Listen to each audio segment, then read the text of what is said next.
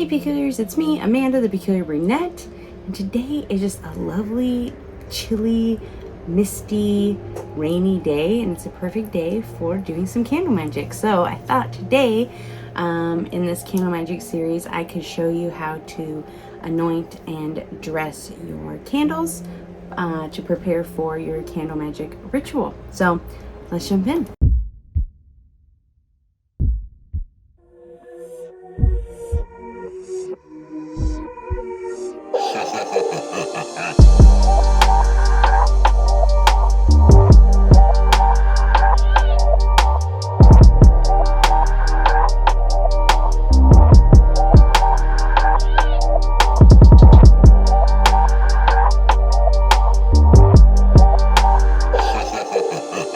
Okay, so let's jump into how to dress and anoint your candle. So today I'm going to be doing these two chime candles, a white one and a black one. I'm going to use these later when I show you how to do a cord cutting ritual. So I'm just going to go ahead and anoint these in this video here. Now, one thing I do want to mention is that you do not have to anoint or dress your candles. It's optional. Really all you're trying to do is add a little bit of extra intention, add a little bit of extra, oomph, personal power oomph into these candles. So you don't have to do that, but I like to do them, and I know a lot of people do, so I'm going to show you how.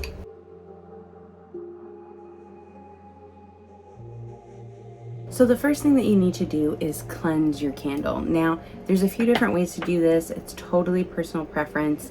I've got a few different ways here, so I'm just going to show you the ones that I kind of keep on hand, but there's many different ways to do that. So cleanse it however you want. But you can use sound. I often use this one. Sometimes I'll just play my Spotify playlist. Like I have certain ones that resonate with me. Like different binaural tones and hertz sounds that I like to play.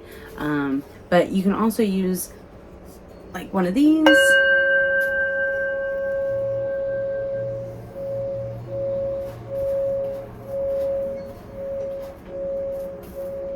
Like that, to cleanse the candle and any negative energy out of the space around you, and it kind of makes it more of a sacred space to do your working in. Now, you can also do things like incense, smoke, like smoke cleansing. Basically, I know even some people will make candles that are specifically for that, so to cleanse other candles. So, or really anything that you want to cleanse, like if you're cleansing your crystals or whatever. So you basically will just hold it over the flame of that candle, but that's totally personal preference. You can place different crystals that kind of resonate with you around it while you're doing that to kind of help cleanse the negative energy. I really smacked that down hard. And then today I'm going to be using moon water because I think it's the easiest. This was just my really simple way. Now that we're here traveling around in the travel trailer, I don't have all the supplies that I normally have. So normally I have little cuter glass bottles, but I just used plastic drinking bottles for this because it just lets the light in, the moonlight in really easy. I labeled it Buck Moon Water, so I keep it in a different place so it's out of the light. And today that's what I'm going to be using to cleanse my candles. All right, so we need to begin by cleansing each candle. So I do have the moon water for that.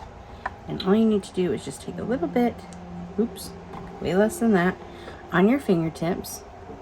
And you can just cleanse this candle. Make sure you cover it completely with the moon water. I spilled some here on the table, so I will just use that. And like I said, you don't need very much. And you can kind of just rub that in everywhere on the candle.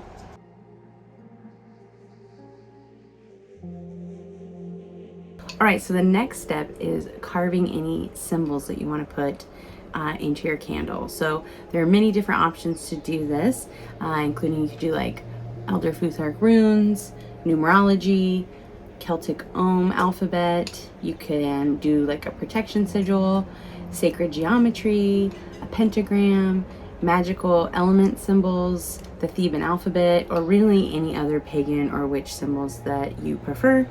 Personally, I like to make my own sigils.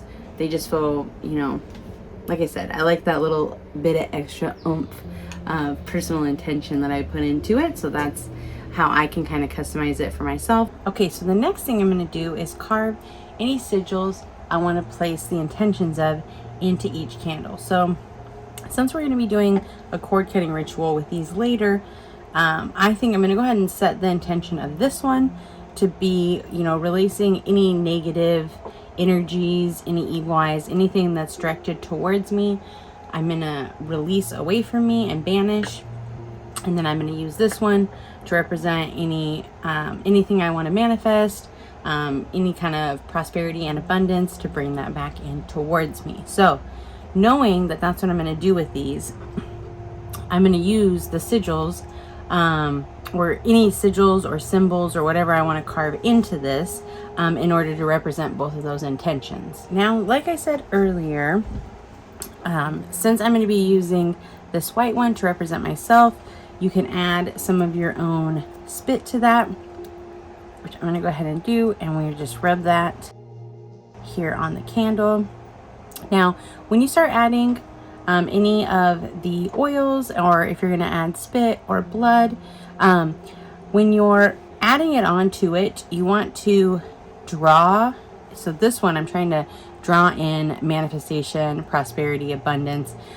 So when I rub that on here, I'm going to go from the top down to the bottom because I'm bringing in that energy. So that's how I would rub any spit, oil, or blood onto a candle like this. Now, normally I use my pottery tools to carve any symbols or sigils into my candles, but I can't find those right now. So we are going to be using this utility knife or box cutter. And you guys will just have to make do with my pathetic attempt at drawing anything well. So the first thing that I'm going to do is I'm going to add the number 1 into this. So the number 1 in numerology, it's associated with new beginnings, confidence, innovation. It's basically indicating that you're on the edge of attracting what you've been trying to manifest, and it's like the start of something fresh and unique in your life. So I'm going to be adding that number and that symbol into this candle first. And I think I'm just going to go ahead and go all the way around the base with it. For protection, I'm going to go ahead and carve in the Elder Futhark rune algaes. Now, if you've never seen algaes, so it represents protection because it's very symbolic of a deer's antlers. So protection for myself, basically, for any further incoming negative energy or bad luck. I'm protecting against that. I'm also going to be carving in the Norse rune Fehu, which is for drawing in money and prosperity.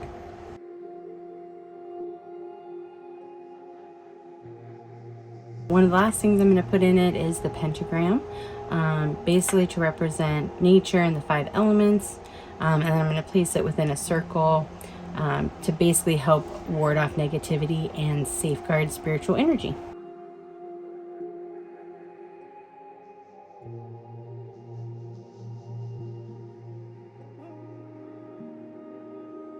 Now, one of the last things that you can do,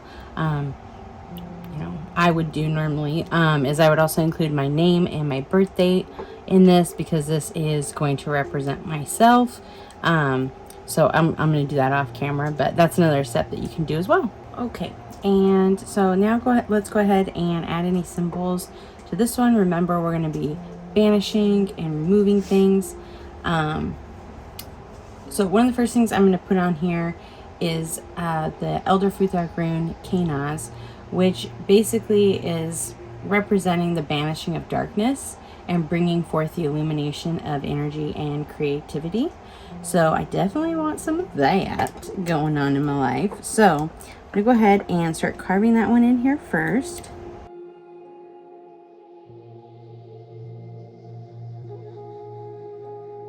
next I'm going to carve in the Om symbol Be. It's associated with the birch tree.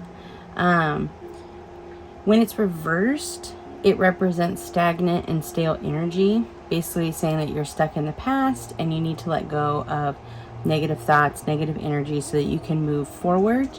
So I'm going to go ahead and put that on here because that's definitely something I want to release. I don't know, I think I might just do one big one of this, so I don't really feel like I want to carve that a million times into this. So let's do it like right here.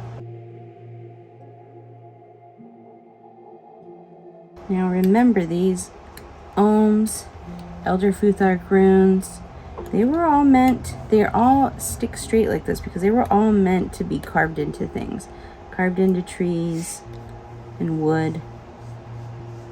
So that's why they are extra easy to carve into candles. Now also, do not forget the power of creating your own sigils, or you can also do like bind runes where you stack the runes up on top of each other. When you create your own sigils, it really adds a lot of your own power, intention, and creativity into these candle rituals as well. And I think they're kind of one of the more powerful things you can do. Now, one of the last things I'm going to do is I'm actually going to write out on this back side what some specific things I'm wanting to release. Again, I'm going to do that off camera, but that would pretty much wrap up carving those symbols into this candle.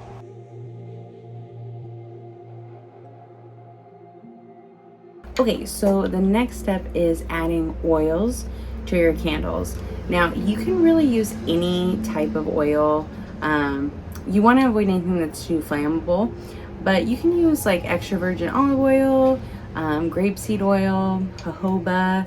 I normally use jojoba or almond oil, but I do not have that on hand today, so I will probably be using coconut oil. The most important thing that you need to know about adding oil is that a little goes a very long way. You really don't want to add very much to your candle because it'll affect how it burns. Oh, and one last thing, depending on your spiritual practice, you may also, instead of using oil, or in addition to oil, you might also use blood or spit. Like for example, I'm going to use this candle to represent myself later, so I might add a little bit of my own spit onto this candle. You know, it's free, easy and free, okay? Okay, like I said earlier, when you're anointing your candles with oils or spit or blood, and you're doing something where you want to draw in energy, then when you take your coconut oil or any oil you use, you're going to rub it from the top down to the bottom. And when you do something that you want to remove or banish anything with, you're going to rub the oil from the bottom to the top. So it's pulling it away from you. The energy is going away from you in the opposite direction. Sometimes when I want something to remain neutral, the way that I'll rub oil on it is from the center out. So this represents like balance. That's how I would rub that on there. So I'm going to go ahead and do that now. I'm using this coconut oil. You do not need very much. A little goes a long way. Now, basically, I'm going to rub this on here, drawing in energy. So we're going to be rubbing from the top down to the bottom to draw it in. Now, like I said, don't do too much because it will affect how your candle burns.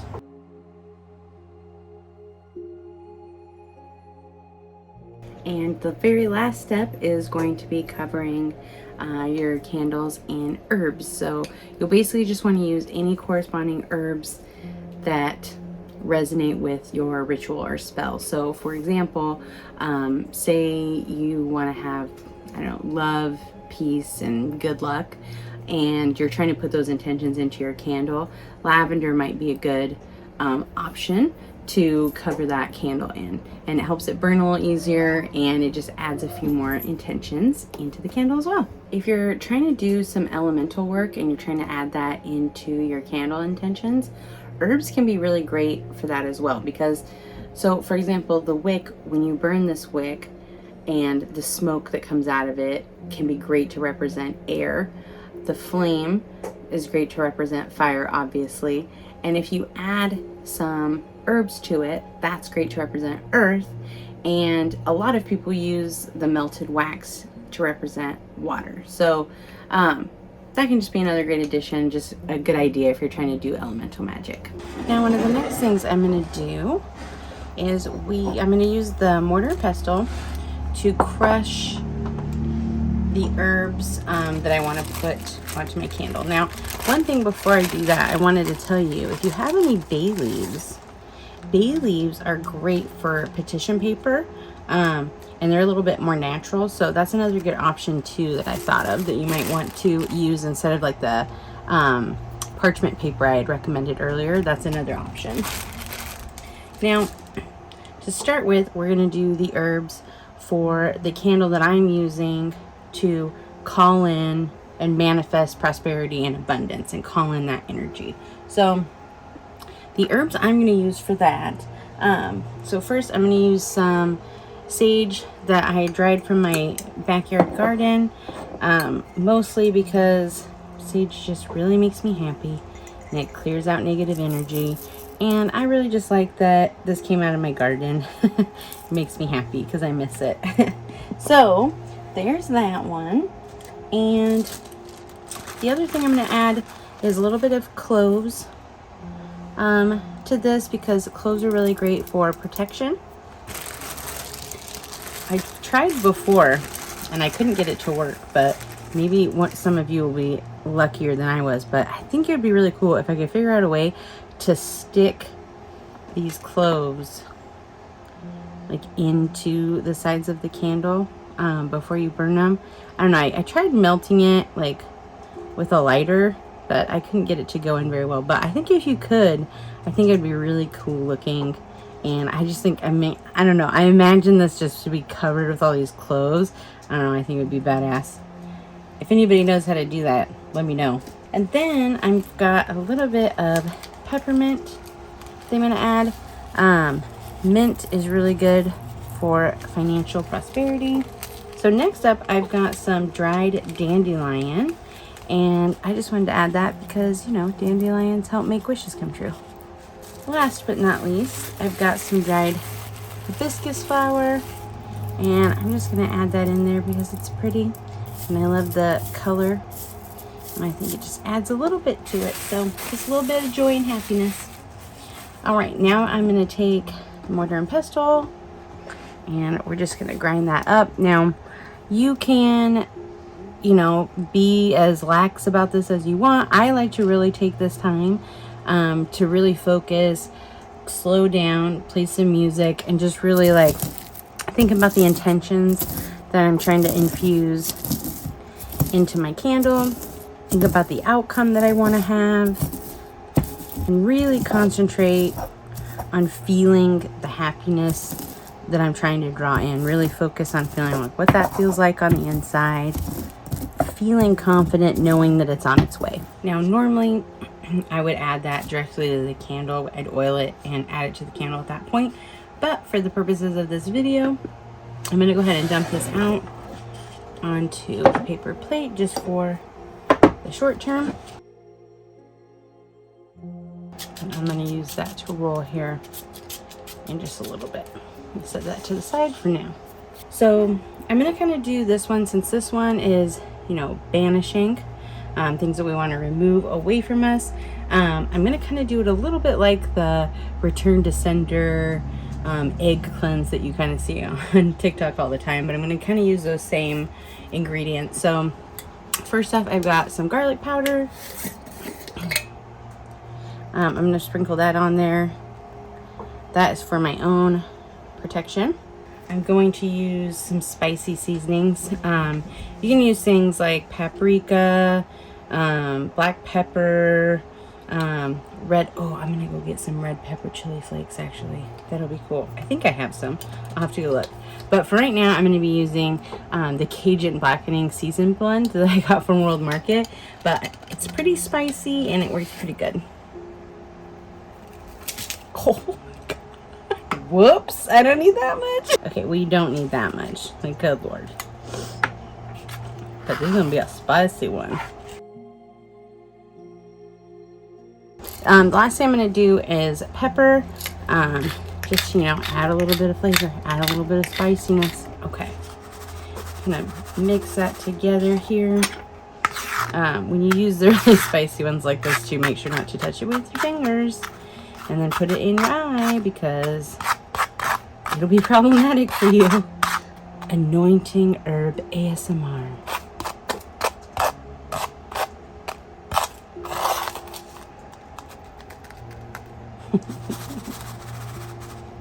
Once you've got it fully covered, you can roll it in those herbs. Now, the more you crush the herbs, the more they will stick to this, which is why I got out the mortar and pestle. But you could probably grind your herbs up even more so than I did. I was just doing a quick example for this video. And you can just keep rolling until they're all stuck. Let's go ahead and anoint the black candle. Again, we're drawing energy away from us, and I can start by drawing that away from me. Now I'm going to go ahead and roll this again. It's fine if I touch this. It's just, you know, I don't want to touch my eye after. And I might even use a spoon here a little bit to kind of... So you can see how when you grind it up, the more you grind it up, the more it'll stick.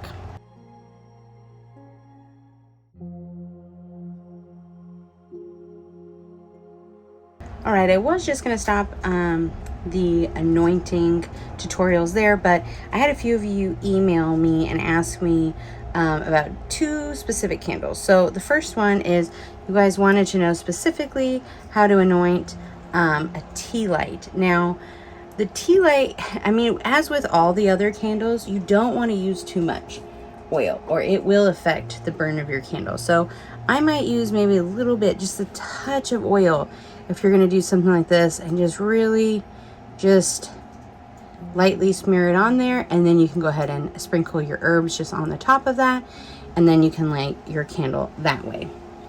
So that's what I would do for a tea light.